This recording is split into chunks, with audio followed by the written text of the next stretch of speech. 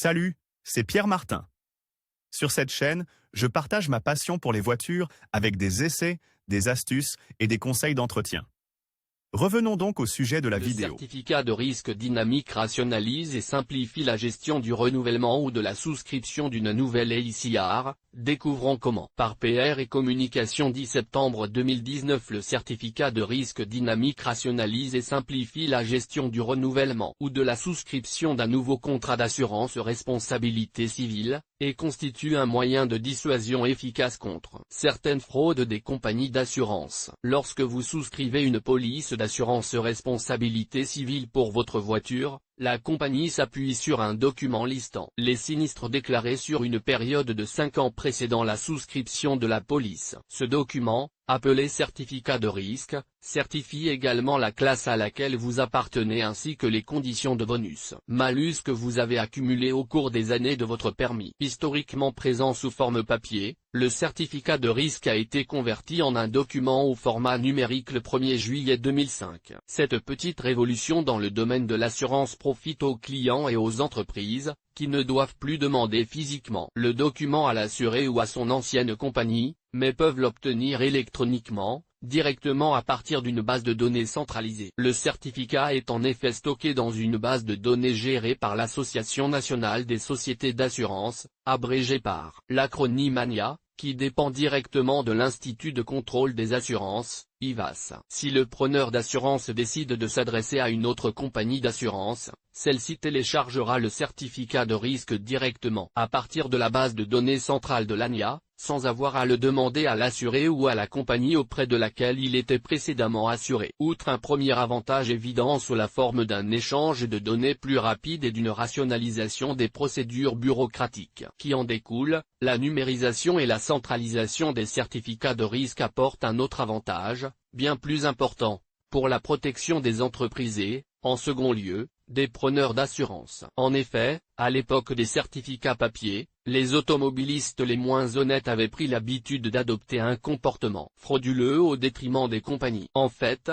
à la suite d'un sinistre, les automobilistes les plus astucieux, et les plus malhonnêtes, changeaient de compagnie d'assurance, avant même que leur certificat ne soit mis à jour pour refléter le dernier sinistre. En d'autres termes, avant même que l'accident ne soit signalé à la compagnie et transféré sur le certificat du conducteur. Souvent, l'accident n'était même pas déclaré ou l'était tardivement, ce qui donnait à l'assuré le temps de changer de compagnie et d'emporter avec lui un certificat propre, net du dernier sinistre. Le résultat était donc de bénéficier d'une classe de mérite certainement meilleure, parce qu'elle n'était pas aggravée par un énième sinistre. Certificat de risque dynamique, le coup d'arrêt définitif à la canaille. La nouvelle version du document, étant numérique et libérée des contraintes que le papier entraîne nécessairement, est mise à jour immédiatement, même lorsque l'expiration de la police est imminente ou que l'assuré a décidé de changer de compagnie d'assurance. L'avantage à cet égard est positif tant pour les compagnies que pour tous les conducteurs vertueux, grâce à une gestion plus rationnelle et plus efficace des sinistres et des classes de mérite par les compagnies. En effet, grâce à la numérisation du certificat, les accidents enregistrés à l'expiration de la police ou immédiatement après son expiration seront également signalés immédiatement. La possibilité d'un comportement astucieux à cet égard est effectivement éliminée, ce qui permet d'éviter le risque de fraude à l'encontre de la compagnie d'assurance. Avec la version papier, en effet, les accidents déclarés immédiatement après le changement de compagnie n'étaient pas enregistrés immédiatement dans le certificat de risque, de sorte que l'automobiliste pouvait conserver l'ancienne classe de mérite, non aggravée par les derniers accidents. Prenons un exemple pratique, qui vous aidera à mieux cerner la situation typique que nous venons d'évoquer, à savoir celle d'un sinistre tardif. Un sinistre tardif est un accident déclaré avec un certain délai depuis sa survenance, qui peut aller jusqu'à 1 an. De cette manière, les conducteurs les moins honnêtes ont pu changer d'entreprise, empêchant ainsi que le sinistre ne soit enregistré sur le certificat de risque, et bénéficiant ainsi de bonus au lieu de malus. De cette manière,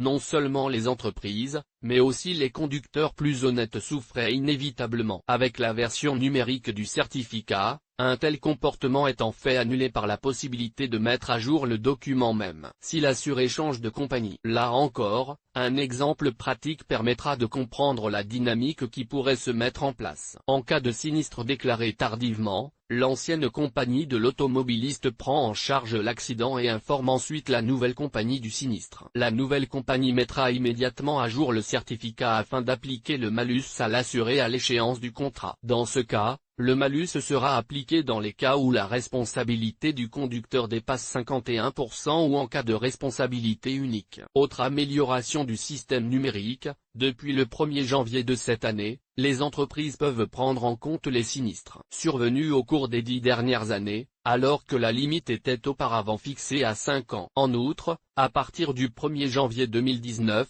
les accidents enregistrés dans le cadre de polices de type temporaire seront également pris en compte. Ces polices, rappelons-le, sont utiles si vous utilisez votre voiture à une période précise de l'année, ou en tout cas dans un laps de temps déterminé, ce qui vous permet de réaliser des économies considérables sur la RPL de votre voiture. Publié dans Assurance Auto Guide pratique.